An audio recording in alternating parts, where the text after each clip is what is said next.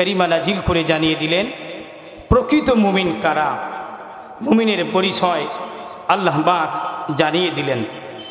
আমার আল্লাহ রাব্বুল আলামিন বলেন মুমিন তো তারাই। আল্লাহ রাব্বুল আলামিন সূরা আল আনফালের ভিতরে ডাক দিয়ে বলে দিলেন ইন্নামাল মুমিনুনা আল্লাযীনা ইযা যুকিরাল্লাহু ওয়াজিলাত কুলুবুহুম। মুমিন তো তারাই যাদের সামনে আমি আল্লাহকে স্মরণ করা হয় তাদের কলবটা ভীত সন্ত্রস্ত হয়ে যায়। সুবহানাল্লাহ বলেন। আপনার এলাকায় যখন ব্যাটারি চার্জ দেন এই ব্যাটারির পানিগুলো টকবক টকবক করে কাঁপতে থাকে। আমার আল্লাহ পাক বললেন আল্লাহর নাম যখন স্মরণ করা হয় প্রকৃত মুমিন তো তারাই যার কলবটা কাঁপতে থাকে, ভীত সন্ত্রস্ত হয়ে যায়। সুবহানাল্লাহ। 2 নম্বর গুণাবলী হচ্ছে ওয়াইজা তুলিয়াত আলাইহিম আয়াতুহু যাদাতুহুম ঈমানা। যখন এই কোরআনে হাকিম থেকে তেলাওয়াত করা হয় আমার মুমিন বান্দাদের অন্তরের ঈমানটা বেড়ে যায়। সুবহানাল্লাহ বলেন। তাহলে বলেন প্রকৃত ঈমানদার তো তারাই যাদের সামনে আল্লাহকে স্মরণ করলে অন্তরটা কেঁপে ওঠে। 2 নম্বরে হচ্ছে কোরআন যদি তেলাওয়াত করা হয় আল্লাহ নিদর্শন যদি বলা হয় তাহলে ঈমান বেড়ে যায়। সুবহানাল্লাহ বলবেন না? আমার একান্ত আপনজনেরা আমার।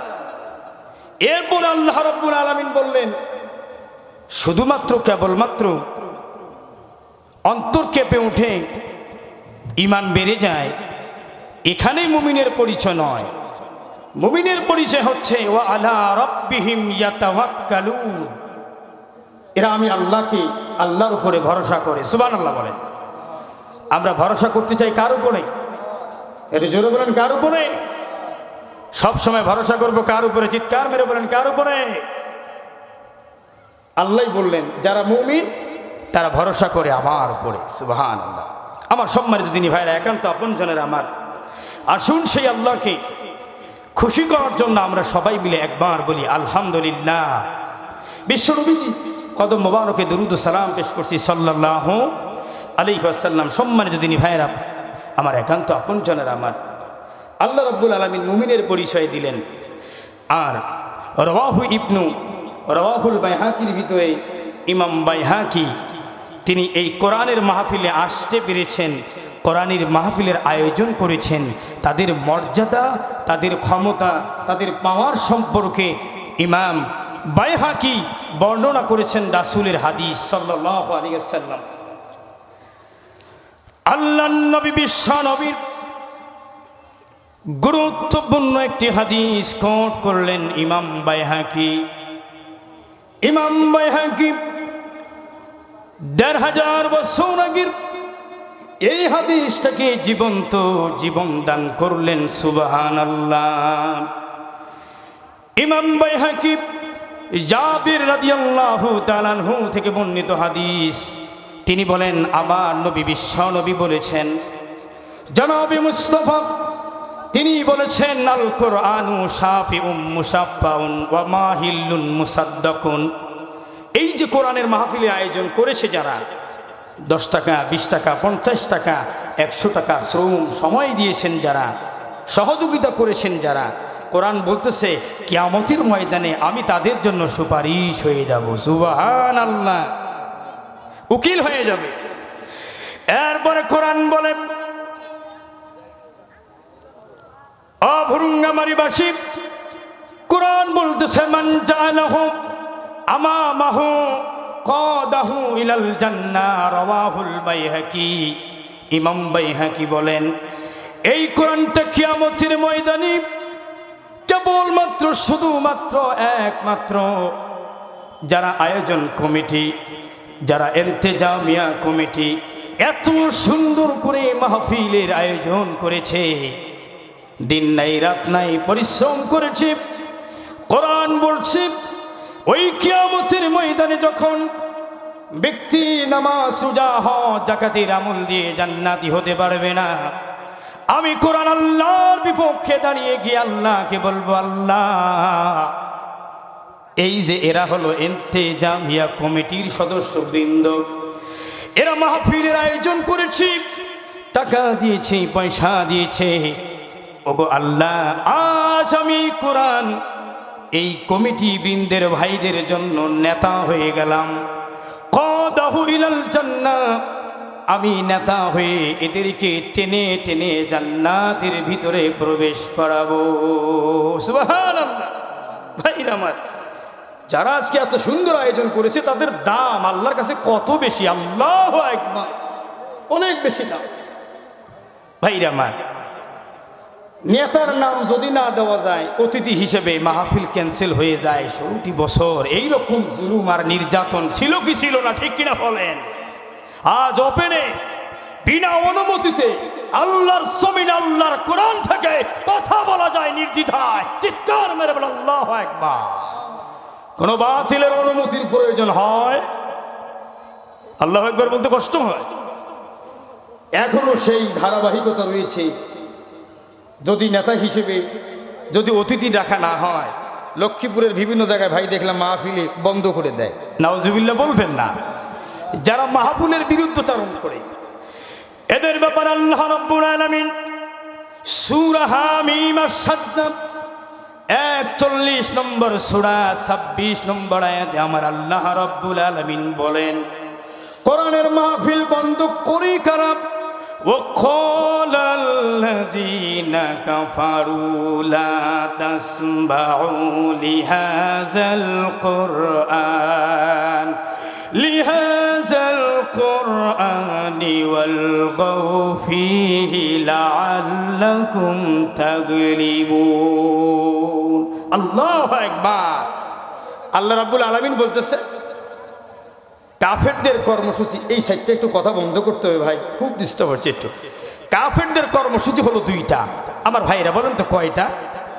কাফেরদের কর্মসূচি লা তাসমাউ লিহাযাল কোরআন।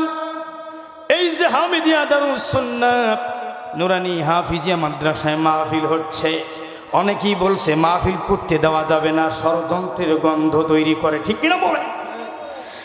আমার আল্লাহ রাব্বুল আলামিন বলেন কাফেরদের ষড়যন্ত্র দুইটা। একটু জোরে বলেন তো কয়টা? তাদের কথা হলো লা তাসমাউ লিহাযাল কোরআন, কোরআনের আলোচনা শুনতে যেও না। নাউজুবিল্লাহ বলবেন না। যদি কোরআনের মাহফিল চালু হয়ে যায়, ওয়ালগাউ ফীহি লাআল্লাকুম তাগলিবুন। আল্লাহু আকবার। তাহলে বাধা দাও, পরিবেশ নষ্ট করে দাও। এই ষড়যন্ত্র আর চক্রান্ত করে কাফেরেরা। একটু জোরে বলেন কারা? কাফের যারা মাহফিল বন্ধ করে তারা, ঠিক কিনা বলে? আমার ভাইরা, কথা বোঝা যায়? এখন আপনি নামাজ পড়েন, রোজা করেন, হজ করেন, যাকাত দেন, আপনার আমল সব ভালো, কিন্তু আপনি কোরআনের মাহফিলের বিরুদ্ধচারণ করেন, আপনার নাম নাই, মাহফিল বন্ধ করে দেওয়ার ষড়যন্ত্র করেন, আপনি মুসলমান কাফের হিসেবে কাল কিয়ামতের ময়দানে দাঁড়াতে হবে, ঠিক কিনা বলে? আমার ভাইরা, আল্লাহ রাসূল বলেন, মান জাআলাহু খলফাহু সাকাহু ইলান নার, রাওয়াহুল বাইহাকি। আল্লাহু আকবার। যেই ব্যক্তি মাহফিলের বিরুদ্ধচারণ করে, কোরআনের আলোচনার বিরুদ্ধচারণ করে, ওই ব্যক্তি কিয়ামতের ময়দানে যখন দেখবে জান্নাতে যায় নামাজ রোজা হজ যাকাত দিয়া, কোরআন বলবে এটা মেনে নেওয়া যায় না, এটা কোশ্চিনকালও সম্ভব না। আল্লাহর পাশে দাঁড়িয়ে বলবে এই ব্যক্তি চাঁদা দেয় নাই, টাকা দেয় নাই, পয়সা দেয় নাই, মাহফিলের বিরুদ্ধচারণ করেছে। আজ আমি এই কোরআন, আমি আল্লাহ পাকের পাশে দাঁড়িয়ে এই ব্যক্তিকে জাহান্নামে টেনে টেনে জাহান্নামে না ঢুকানো পর্যন্ত আমি কোরআন কিয়ামতের ময়দান থেকে সরে দাঁড়াবো না। চিৎকার মেরে বলেন না আউযুবিল্লাহ। বিষয়টা খুব কঠিন। মাহফিলে যারা সহযোগিতা করতেছেন, আল্লাহ যদি আপনাকে কবুল করে নেয় জান্নাতি, আর যদি বিরুদ্ধচারণ হয়ে যায় তাহলে জাহান্নামী। কথা কি বোঝা যায়? আমার বন্ধুগণ, বিশ্বনবীর জামাই আলী ইবনে আবি তালিব রাদিয়াল্লাহু তাআলা আনহু বদরের যুদ্ধ থেকে ফিরে এসে অসংখ্য কবরের সামনে দাঁড়িয়ে গেলেন। কবরের সামনে দাঁড়িয়ে গিয়ে মাথাটা নত করে দিলেন, চক্ষু বেয়ে বেয়ে পানি পড়ছে আলী ইবনু আবি তালিবের। আলী ইবনু আবি তালিবের ওই কবরগুলির পাশে গিয়ে মনে পড়ে গেল কবরের মানুষগুলো বড় অসহায়, বড় নিরীহ, বড় অসহায়। ওই ঘরে জানলা নাই, দরজা নাই, লাইটের কোনো ব্যবস্থা নাই, ওই ঘরের ভিতরে খাওয়া নাই, দাওয়া নাই, ওই ঘরের ভিতরে শুয়ে থাকার ব্যবস্থা নাই, বসার ব্যবস্থা নাই। ওই অন্ধকার জনমানবহীন ওই কঠিন ঘরের ভিতরে মানুষগুলো কিভাবে কাটায়, এই এদেরকে নিয়ে আলী ইবনু আবি তালিব ওই কবরবাসীর সামনে বড় একটা ফিরিস্তি করলেন।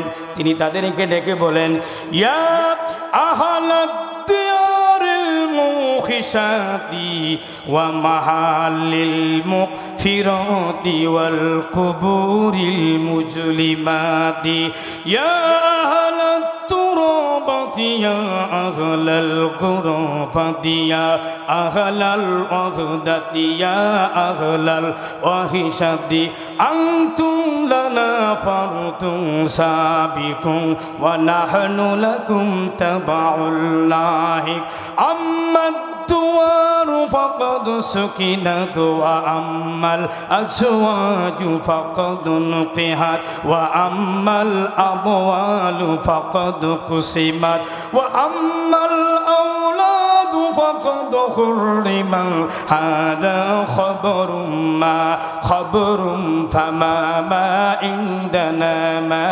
عندكم ثم التفت إلى أصحابه وهذا علوم لا أخبركم أن خير الزاد التقوى رواه ابن ماجه। আল্লাহু আকবার।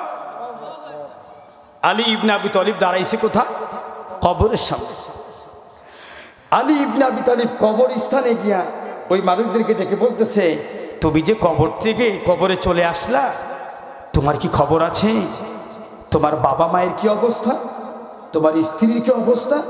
আরে তুমি যে সম্পত্তিটা অর্জন করার জন্য, কামাই করার জন্য এত পরিশ্রম করেছো, সেই সম্পত্তির কি অবস্থা তুমি কি সেটা জানো? আলী কথা বলছেন মৃত কবরের ওই বাসিন্দাদের সাথে, সুবহানাল্লাহ বলা যাবে না।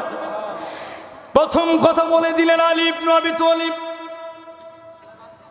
আলী ইবনে আবি তালিব প্রশ্ন করলেন, হাজা খবরুম মা ইনদানা ফামা খবরুম মা ইনদাকুম।